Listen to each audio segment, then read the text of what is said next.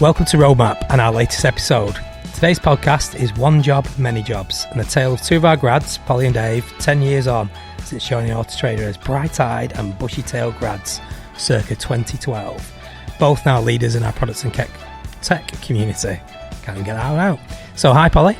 Hi. And hi Dave. Hello. So joining as a grad, it seems absolute a lifetime ago. When you think I bumped into both of you at Cranwich Hall, some grad celebration, all very glitzy back then. But linking back to those heady days, so why did you join Auto Trader as a grad? Dave. Oh, Polly. Well, okay. So for me, it was actually all down to Sarah Brooks-Pierce, who was or still is, our future talent manager. I went to Armitage Hall Careers Fair as a sort of graduating person and saw Sarah. She had some good swag, and I think for me, I was interested in tech, but all of the other tech places were like just men in like suits representing them, whereas Auto Trader had Sarah, and she's very approachable, really bubbly, and she just sort of like hooked me in, and then that was that sort of thing, really. And when was that? When did you actually join as a grad, Polly? So I joined in 2012, so it will have been early on in that year when I went to that careers fair. And what about yourself, Dave? Why Auto Trader, and when did you join? I'm actually a bit of a rarity at Auto Trader in that I'm a massive car geek. And so my graduate application process was pretty much going through any car website, finding their careers area and looking for a graduate opportunity and then applying. So that's how I ended up applying for Auto Trader. And it was just the year prior to Poly that I joined as a grad, so 12 years. Wow. So I think you're the first person I've actually spoke to that said they came because they were a car enthusiast. Yeah, there aren't loads of us. We're a rare breed, surprisingly, at Auto Trader, but we've got a strong little community. Oh, is that on Slack, is it? It is on Slack. Okay, cool. And when you joined, did you both have a plan, like what you wanted to be when you grew up, or was it a case of, well, Dave, it sounds like anything to do with cars? Did I have a plan? Yes. Was it well considered? Absolutely not. And if you'd asked me what my plan was back then, in fact, I know what my answer would have been. It would have been, I want to be a sales director and I want to earn loads of money, which is the wrong answer, because I would be an awful sales director, and that doesn't feel like the healthiest of motivations. And I remember someone else on my grad scheme being a product manager, and they tried to explain what it was, and I just didn't understand it. I'm not sure I do understand it now, but I certainly didn't understand it back then. Yeah. So is that what you joined as? You joined as a sales grad, did you? Yeah, I joined as a sales grad. Okay. So I was in our London office in Wimbledon. Yeah. There were only two of the grads at that point based in London, and I was working with our account directors supporting our manufacturers. Cool. So car manufacturers, advertising on Auto Trader, basically. Didn't know that. What about yourself, Polly? So what did you join at? Which area did you come in? So I joined as a software graduate, it's like a software engineer graduate, back in the Newton Le Willow days, so like outskirts of Manchester in the middle of nowhere, which was always fun to get to. But I'd done maths at university, so sort of had no software engineering background at all, but had done a little bit of programming as part of my degree, and then, like I say, met Sarah, and she was like, "Oh, you don't need loads of experience. Come on down." So joined as a software developer. Right. I remember those days because the offices were quite different back then. Yeah. The Newton office, it depends when you turn up to it. If you turned up when the farms had been muck spreading, it just absolutely stank. Well, as someone from the countryside, I don't dislike that smell personally. It's rural. It's nice. It was a shock coming from London and then being hit with that, but I liked going out into the countryside. So did you both relocate then for the roles, or were you based in London and Manchester? I was based in Manchester, so I came to uni in Manchester and then just sort of like never left. Yeah. Going to Newton was a bit of a nightmare. So when we moved into central Manchester, it was great because obviously it was much closer, nicer offices. So. Yeah.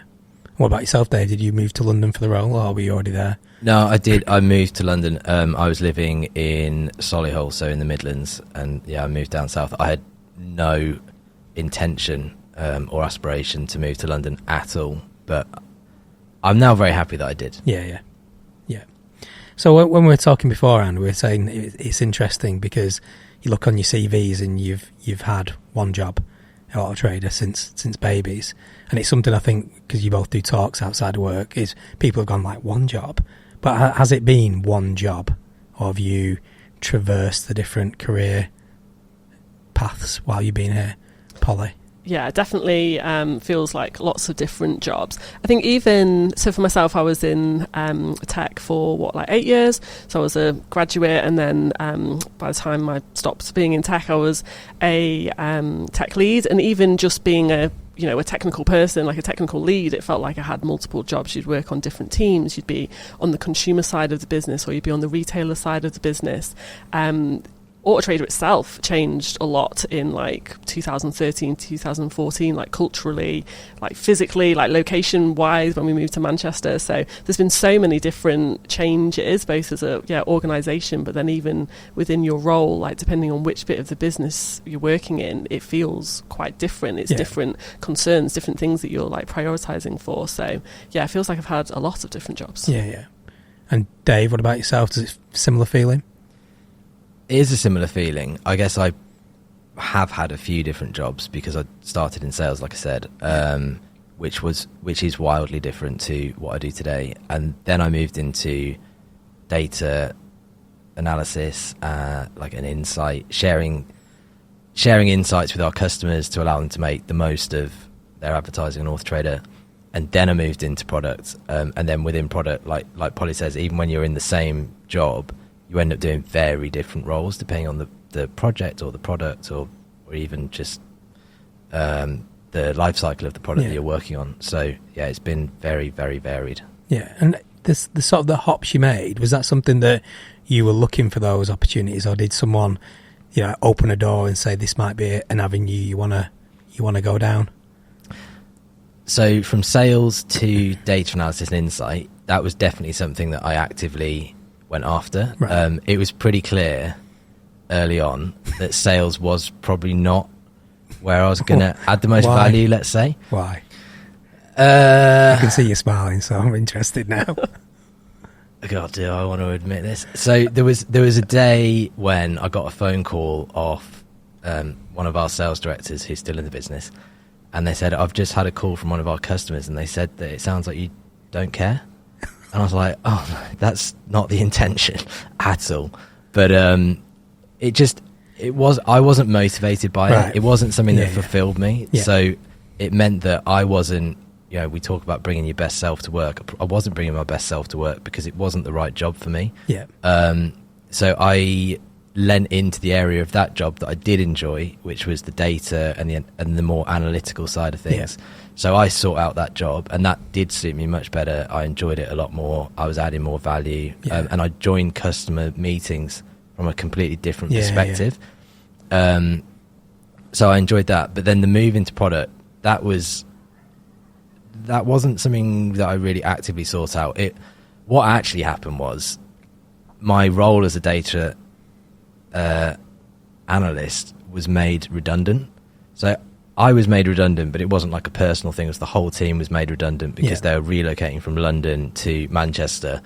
But they didn't necessarily want to get rid of the people. So I was given a new role in the London office, but it was back in a more customer-facing role, which was not perfect for me. So I started looking at different avenues and exploring different things, because I had a lot of passion for Auto Trader as a car geek. Maybe I'm jumping ahead a bit here, but what I did was I pulled together a pitch for us to focus on classic cars, something I've got a bit of a passion for. And the product director at the time basically said, I like the pitch, we're not going to do it, but you've demonstrated a lot of the skills that we'd like in a product manager, and we've just had an opportunity come up, which is in new cars, completely the opposite of classic cars. Yeah. How do you feel about taking that on?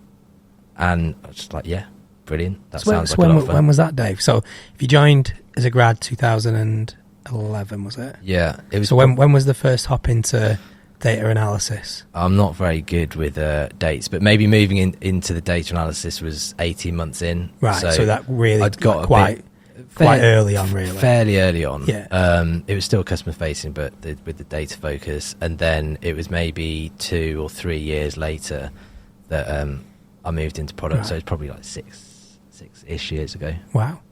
What about yourself, Polly? I mean, like, we worked together when you were back in your tech days. We did quite a lot of work together. So when did you start moving further up the tech ladder and then decided that maybe you were going to go for a sideways hop? So working in product was really not something that I'd ever really thought about. I really enjoyed like being an engineer, and I enjoyed like that role loads. And it was actually an old colleague, like a product lead that I worked with, who was leaving the business, who had said to me like, "Oh, do you not think like you should do this? Like, you seem like you really like it. You sort of like have loads of good ideas or whatever." And I was like, "Oh no, don't be silly. Like, I definitely don't want that. I want to stick in tech." And I guess like just having that conversation with him, it got me sort of thinking, like, you know, you sort of subconsciously think about things. And I started, like a bit like what you were saying, sorry, Dave, with the like leaning into the bits of the role that you like. Yeah. I started thinking like, well, what do I really enjoy about my role? And there was kind of two main bits to it, sort of like the people. And then I did actually realise I really enjoyed the more producty bits of my role as a tech lead. I enjoyed all the other bits as well, but they were probably like the two sort of like highlights. And I guess over the course of quite a while, to be honest, like 18 months, maybe even 2 years, I started thinking more and more about it and decided to consciously take that move and like ask, can I move into like a product role? I think I'd like to do it. And to begin with, it was more like a informal, like you're leading on this product, but you're still technically the tech lead as well, which was great. It's like all the power of the things, but that wasn't necessarily the best thing. So then over time sort of it became a bit more official, which was so it was a lot later in your sort of auto trader career you made that move. So I'd been I think I was a tech lead maybe from like 2015. I moved into product in I think 2020, maybe 2021. Right. My memory is also a little bit hazy, but a couple of years ago. Yeah. And did you find then, obviously you'd done the pitch and then the new car role sort of opened up. How did you find the transition across from your previous role? Dramatic. What do you mean? Well, like, was it like a shock to the system? It was a massive shock. Right. Mostly positive, but right. Even just in as much as I used to be in the London office all the time, sat with the data analysts or the sales team, and you're in, that I wasn't exposed so much to the tech teams in the Manchester office. So even just coming up to Manchester was quite a big shock. It's like this massive office, loads of people that I'd never met before, working with new people, entirely new role, loads of stuff that I didn't understand. So it was quite daunting, but I was lucky that I had a really good manager, good mentor, working with fantastic people, a lot of them who are still here. So it made that transition, although it was daunting, it was about as easy as it could have been. Yeah. And what was the hardest thing, if you're looking back? Was it like, playing with in the top tech space? But what was it that was the most daunting, or the one that, you go home and have a right good think about when you got back from Manchester? Well, like I say, I think I was very lucky to be working with brilliant people. So actually I didn't, although initially it may have been very daunting, I didn't leave feeling anxious. I was very naive because I didn't understand product and tech at all. But to some degree, I think that was a strength of mine, because some people had been here for a long time and had very strong views of what was and wasn't possible. Yeah. I was coming in and everything was possible to me because I had no idea where the barriers were. So that was ended up being a real strength. And the people I was working with acknowledged that I had none of this experience. So they would explain things to me in a way that I would absolutely understand it, not at all in a patronising way, just in simple terms. So it made my life very easy. And I think they valued that I was coming in from a completely different perspective, and, bringing that customer knowledge and experience and exposure in a way that a lot of the people in that team wouldn't have had. So we both sides of that equation had our own sort of strengths and weaknesses, if you like. Yeah. But it seems like it was very different for you, Polly, obviously already working in product and tech and being a tech lead. How did you find your sort of starting to transition into more on the product side? Was it a bumpy ride, or do you feel it went really smoothly? I wouldn't say really smoothly, no. I think a lot of it is always, for me, like it's like a personal thing. So like not being a tech lead anymore felt like, not like a failure, but I felt like I was going to miss it. I didn't want to step away from that role because I really enjoyed it, but then I wanted to maybe explore something new as well. So it was like the internal battle of, is it the right move? Like, yeah, are you doing the right thing? Which I think probably a lot of people can relate to. But then I think when you're actually in the role, similar again, Dave, like, there's so much you don't know. Like, as someone who had obviously worked with a lot of product leads, I had an idea of what a good product person would do, and I was definitely able to sort of draw on some of that stuff and take it into like me as a product person. But there's so much stuff that you're like, oh god, like, am I meant to know all of these things that I don't? And yeah, feeling like a little bit of like that imposter in the room, like all of these people have got loads of product experience, like they've been doing it for years, like really successful, and I'm coming in just sort of not actually knowing like what the role is. And like it is one of those things that I don't think is that well defined because everyone sort of has their own version of it. But probably about 18 months ago we had a product team meeting, I guess, and we all sort of shared like our routes into product, and it became really apparent basically that no one's done like a product degree. Nobody knows, like, no one has the textbook teachings of what that is. Everyone has like come to it in their own different way. Everyone's got their own version of it, and that just made me like, it was a real light bulb moment that there isn't like a right or a wrong way. It's like a set of principles that everyone wants to work towards, and then you bring your own experiences to it. So for myself, with that technical background, that's something that other people don't have. It doesn't mean everyone else in product needs that. It just means that my version of product is a little bit different. And I think that just really made me feel a lot more like confident in the role and a bit more like relaxed as well, and not that imposter, but actually just like my own unique version of it. So I think it makes us a better product team as well, because everyone's got different strengths, and absolutely, it's much more balanced. I know we've got like lots of different products. What I'm really interested in now, a bit left field question, but obviously being a tech lead and then working with tech leads, how do you find that? I'm talking from my personal experience with delivery. I always find it's a little bit weird when people are doing something like, oh, I'd do it slightly different than that. Like, how do you sort of control that bit of not leaning too far in, but then again building on your experiences? I think again I've sort of been around people who have maybe sort of done a similar sort of transition and then not relinquish some of that sort of tech capacity, so then it can like lead to some frustrations within the team. Like, you need to have your defined roles, don't you? So I think having maybe seen some of that afar, I was able to sort of really take that on board of like, I can't be wearing two hats. You've got to like stick to your thing and like trust and work with others to do like their bit. So I've never really been tempted to just sort of like dust my fingers off and be like, oh, I'll just go in and like do that bit of code. And I've never really had that massive desire. And you know, like, we've got so many really strong tech leads, like I'm keen to like work with them, like collaborate with them and sort of trust them to sort of lead that bit. So I've not really felt I don't think I've stepped on anyone's toes, and I've been like really conscious not to do that. I think the one frustration, feel free to ask. I think the one frustration is when like, you know that the code has got the answer, and like before you were just like open IntelliJ, find it out, and it's like, it's dead easy, you can just do it, whereas now you've got to rely on other people for that a little bit. But I do still have my GitHub access, so I can have a little sneaky peek if I want. But again, like, I work with such good people, it's not often I need to do that. I've got to say, I wish that I had that capability. So many times I'd want to just do something. If I could do it, I'd probably go and build it, release it, get it out. It would be a disaster. Good luck with that. Good luck with that. So what is it like, you know, when you fall back on your previous career or strengths? Is it going back into the data side, or is it that actually liaising with customers or manufacturers? What is it that Polly's obviously got a tech background? What is it that's one of your like sort of superpowers? Gosh, if any? I'm not sure I've got any superpowers, to be honest. Dave. I think maybe the customer knowledge is definitely helpful.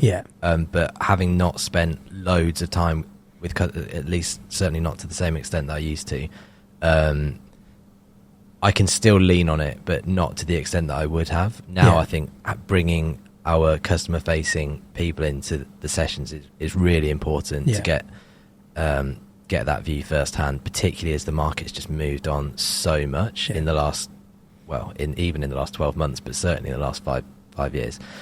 I do still do some analysis, but when I do that, I usually have to sense check it with someone more capable to make sure that I've not made some fundamental mistakes. But yeah, it's probably the data analysis side now brings a commercial angle as well, which helps with the balance between our commercial goals, our consumer goals, our customer goals. So yeah, I guess it helps me strike the right balance. Yeah. And what about your interest in cars? Honestly, because I didn't know that, and now I'm intrigued. Does that play into the whole new car and looking at different models, or is it a case of you are into classics, so it doesn't play a role at all? I'm into pretty much all cars. Right. It is helpful. There are conversations where it is helpful, but honestly, in a lot of cases, it's not a weakness as long as you're aware of it. But most people aren't like me. Right. If Auto Trader was built for people like me, as in a career. No, I mean the website. Oh, the website. If the website was built for people like me, it would be super geeky. It would not work for most people. So I have to be very conscious that my views and approaches are geared towards the 1%, the real car geeks, whereas we need to make sure that we're building experiences for the 99%. Yeah. So that experience or knowledge in cars is helpful, but you have to be very conscious that I'm weird. We are a Villa fan. And I'm a Villa fan. European football next year. Oh, great. Thinking though, wider, so obviously 10 years or 12 years or whatever it is on since joining. So what are the hats do you wear at Auto Trader? I mean, Polly, I know you do a lot in the networks as well as your previous tech role, and then moving to product, you wear other hats. Yeah, so I'm a co-lead of our women's network. So I've been sort of involved with Women's Network since we started all of our employee network groups back in 2016, and I think they were just a great way of sort of growing outside of your role. So when I was in tech, you don't have loads of opportunities, example for managing events, unsurprisingly, whereas if you're part of the Women's Network, you can sort of do different things. So that's why I initially got involved with that, and obviously super passionate about women in tech and sort of equality and equity. So yeah, Women's Network, I'm part of an employee engagement guild, which is really interesting because we sort of get with the board every quarter and sort of share stuff about how people are feeling about different topics, or employee sentiment based on our employee engagement surveys, things like that. I'm a contributor and avid scroller of AT Pets. I don't know if that counts, but it's like that. So yeah, I just try and get involved with different stuff. I think there's always so much going on at Auto Trader. You have your role, but I think we all need a little bit of downtime from that, and sort of a little bit of something different to think about and focus on. And there's always different stuff going on. So let's get involved with different things. What about yourself, Dave? Anything wider curricula you get involved in, or? Well, not adding quite so much value as Polly, but maybe more in line with the AT Pets channel. I'm in the photography club channel on Slack, and the AT Car Club, which is where the car. Is that a closed group? Is it? That's where we hang out. And the Dave Guild. And the Dave Guild. Yeah. At one point, Dave was the most popular name at Auto Trader, so we created a guild. Yeah. And is it still a popular name, Dave? I think it's quite popular. We just haven't sat people in alphabetical first name order for a while, so I don't know if we've had a current read on it, but that's how it was initiated, wasn't it? That was quite good. I mean, this is a bit of a tangent, but very short story. At one of the conferences, they did just that. They organised people by first name to randomise where people were sat. I remember that. And so you're all sat at the table, and we were, oh, hi, I'm Dave. Oh, I'm Dave as well. He's Dave. He's Dave. He's Dave. And there was 3.5 tables. Yeah. That's brilliant. Quite good fun. No, I love that. No, it is super interesting. But so, going back to the women's network then, Polly, so how did you find balancing I'm not going to call it extracurricular, I don't mean that, but the sort of the community side of the role whilst moving from tech into product? Because that was obviously a lot to balance while trying to learn a new trade or discipline. Yeah. I don't know if it was ever anything super well thought out. I think it's just something that I've always been committed to, and you talk to your manager and people around you about those commitments that are really important to you. It is one of my sort of formal commitments that I make on a quarterly, yearly basis. So it was never really oh, like you might not have time for that in your new role. It's like you as a co-lead of a network, like that is a serious commitment you're making to the business, to the culture. So it's, how can we make sure that the new role can also encompass that? So I think it's just part of the part of the day job. Like it is something really important. You're sort of 2 hours a week, I think, is our official commitment that, as a business we make towards that. It's just part and parcel. Yeah. So there's no time where you had to sort of drop down a little bit to then come back. It was always you were able to remain pretty constant with the network stuff. I think there's always ebbs and flows. So I think communication is always super important, between myself and whoever I'm co-leading with.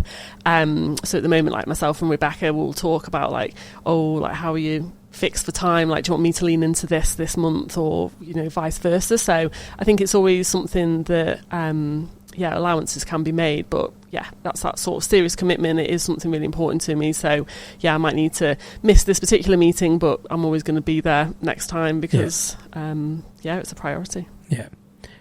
And again, looking back a decade, looking forward, I like doing a bit of look forward looking, just to tap into your aspirations for a bit of inspiration myself. So what's the kind of things you want to be getting involved with next? I'm going to go to Dave. If you could look forward, little Mystic Meg ball, is there particular areas you want to get more involved in, or particular product streams that are coming online that maybe are going to be of super interest to you? I think the biggest thing is in the industry, but also in the product world, is the shift to online sales. And in new car particularly, more manufacturers are now trying to sell cars online directly. And so that's a pretty exciting challenge for Auto Trader, the role that we can play in that sort of dynamic and in that new industry. And manufacturers are forging new ground by doing this, and it's only just starting now. So we're trying to find our feet, work out the role that we need to play in that space. And some of the new products that we're going to need to build are going to be pretty exciting to be involved in. Yeah. What about yourself, Polly? Yeah, it's really difficult, isn't it, to try and think about 10 years in the future, thinking about how much Auto Trader, but also the automotive industry has changed in 10 years. I don't think we would have imagined we'd be here 10 years ago. Say. Yeah. Dave's shaking his head. But I think for me, it does just feel like there's a lot of change going to be coming. I think electric vehicles and the sort of change in buying cycle that's likely to present, the rise of online sales. I think a lot is going to be changing for our retailers. And I think being sort of part of that, we talk about a partnership approach at Auto Trader between us and our retailers, our customers. I think, sort of helping them and sort of thinking what efficiencies can we help them achieve? What can we do to sort of really lean into that space and make sure that they will be successful and still as successful as they are today in 10 years' time? I think that really excites me because a lot is going to change in that time. And hopefully we can do quite a lot to sort of help them sort of evolve as we evolve. Yeah. And is product still the avenue you want to pursue in, or is it going into senior leadership? Well, because again, you come from grads, sound like you both had very different paths in, very different aspirations. Dave was all about sales and cash, and Polly's was about getting into the tech. So do you still see yourselves in the next 5+ years working in the product family, or is there other disciplines you're particularly interested in? Just thinking about those squiggly hops, or is it a case of actually you've now found your home and that is product? I think the way that Polly sort of spoke about it earlier, that there is no defined box that you need to sit in as a working in product at Auto Trader. It allows you to flex in different directions quite naturally depending on the products that you're working on. So I'm very happy in product. I don't feel any desire to move outside of product. It allows you to lean into marketing. You're in a position where you can contribute towards what they might be doing or thinking or how we are presented. I can absolutely see myself staying in product, but flexing, in different directions and gaining experience from different areas of the business. Yeah. Yeah, likewise, I think product is so broad. There's so many different things you can do within the role, and the things that I've done in my last couple of years. I'm sure will be different things again over the next few. I think like definitely sort of like growing the sort of like the influence, the product portfolio. I think all of those things would be great to do. And I think right now I miss like that people element that I used to have as like a tech lead. You had like multiple people you'd be like managing and coaching and all that sort of stuff. So I do a little bit of coaching now, but I'd love to do just more stuff with people, because I think the highlights of my career so far have been when it's been about like people development and sort of helping them achieve their goals. So I'd love to weave a bit more of that into what I do on sort of like a day to day. But other than that, I think just like, is that one of the big things you miss from your previous role, the people leadership? Yeah, definitely. And I think like people early on in their careers and just sort of like really helping them sort of figure out what they want to do. So I'm still actively involved with sort of volunteering in schools and sort of reaching out to young people and trying to get them thinking about sort of tech as a career. But then like when they come in, like, I don't have as many sort of touch points, I guess. So doing more like people management or just like helping people figure out what it is that they want to do and helping them develop the skills and the next steps would be great. Yeah. Well, yourself, Dave, in terms of people leadership, I mean, is that something you want to grow your sort of influence in as well? People leadership is quite new to me, actually. Is it? Yeah, it's fairly new. I am enjoying it. I think Polly mentioned earlier about the feeling of moving into product and feeling like a bit of an imposter. And I think sometimes you can feel like that as a people leader too, working with people that are very capable, very competent, and you think, how am I adding value here? Totally get it. So it's something that I'm still getting to grips with, but I'm really enjoying it. And I think, as Polly said, you get a lot of satisfaction from working with people that are very capable, very competent and confident, and are delivering a lot of value. Yeah. And how involved do you get nowadays in, seeing as you've been here since you were 21, with early careers and or grad recruitment? Is that something, you talked about school and going out with outreach, but do you get involved in any of the grad program areas now, or is that something that you want to get involved in or are doing a bit, or is it something just haven't got time for right now? So we don't recruit for graduate product roles. So I guess that's probably why we don't. Well, maybe I don't get involved with it as much. Like certainly when I was a tech lead, you'd get involved in like the grad software developer days. But a lot of the stuff I get involved with now, it is more at like that school level. Like we're doing these curiosity camps next year. So again, like Sarah's going to be leading on that from that future talent bit. So a lot of it's like more like the schools and doing the volunteering there, not so much with the grads once they get in, which is, I'd like to get involved a bit more with that stuff. Yeah, because it does feel like you both have had either the door opened or someone pointed towards the door. So how do you think we can help like people that have joined Auto Trade in the last few years of finding their route potentially into new careers, whether it be into tech or into product, from potential like sales and other areas that we heavily recruit from a grad perspective and early careers? Is there things we could be doing more? I think it's all about sort of, you don't know what you don't know. Yeah. So we've had people sort of like within the business who were doing like strictly technical roles, like maybe a little bit technical focus, but not like software developers, who have then sort of gone on a development apprenticeship. So I think the more we can promote things like that and just let everyone know that these things are available, the more likely people are going to be aware of it. I think it's definitely like the role modelling, the storytelling, like sharing the fact that people have had sort of squiggly careers and sort of making it a bit more norm rather than it be seen as like not a good thing to change your role. I think it definitely is a real positive, and at Auto Trader, like it's all about the people. Like if you've got good people, you want to keep them, you want to help them progress into whatever it is that makes them their full, what did you say earlier, Dave, bring your full self to work. So whatever it is that helps them do that, I think we're committed to helping it. So just letting people know about the opportunities, I guess. Yeah.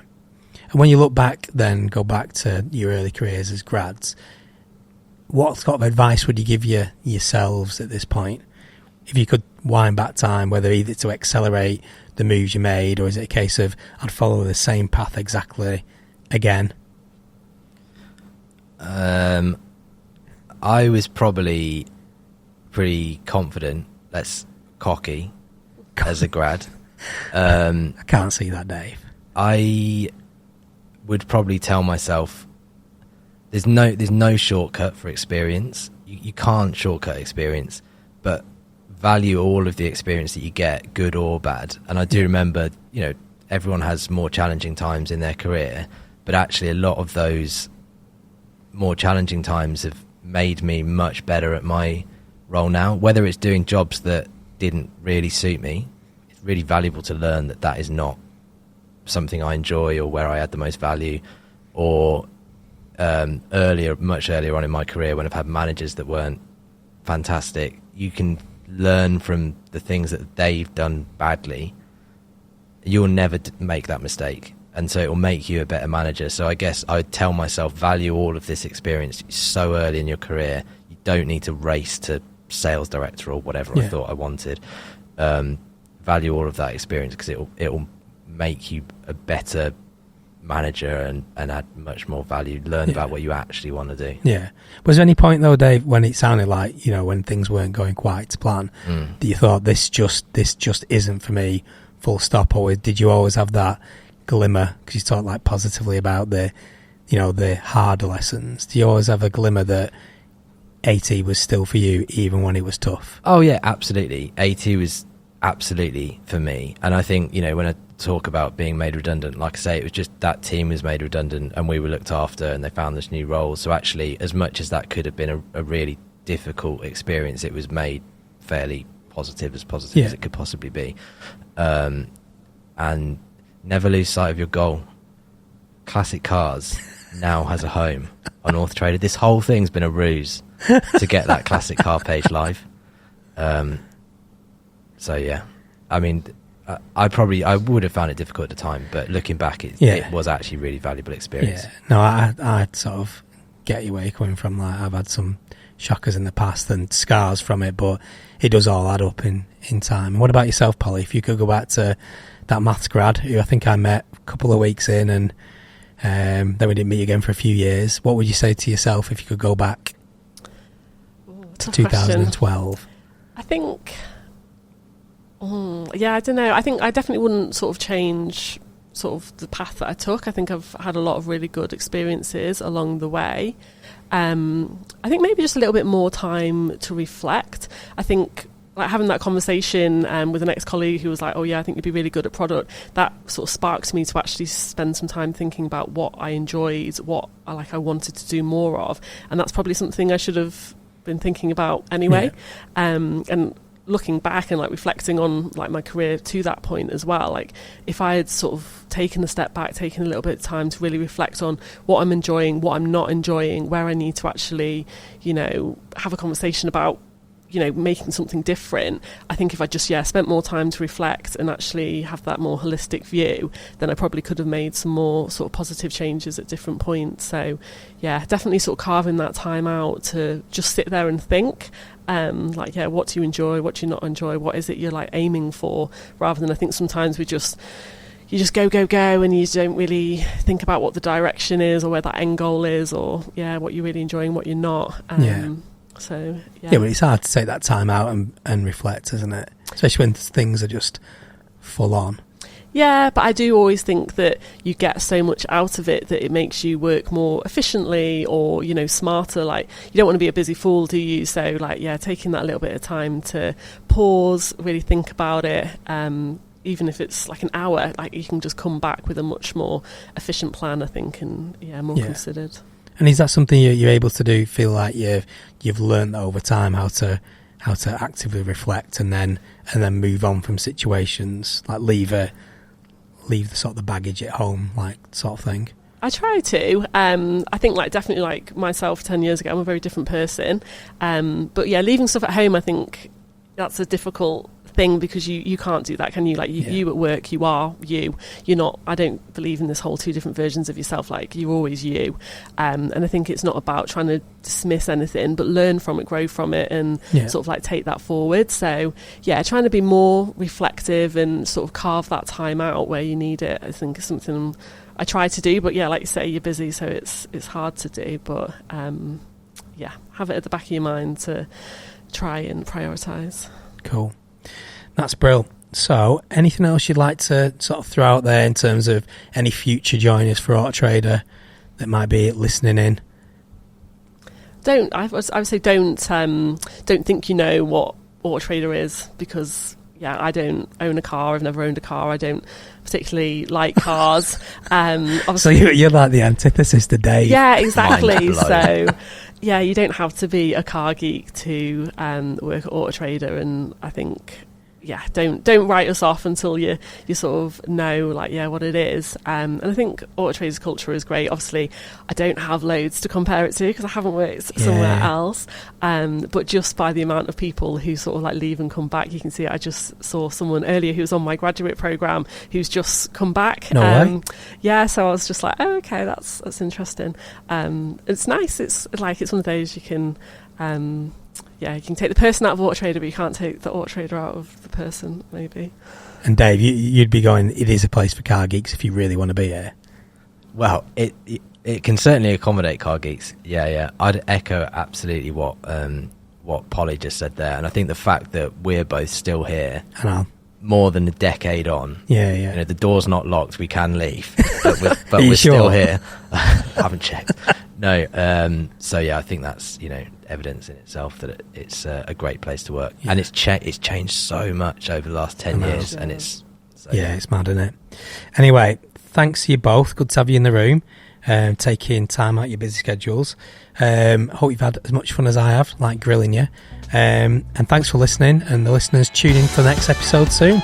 Catch you later.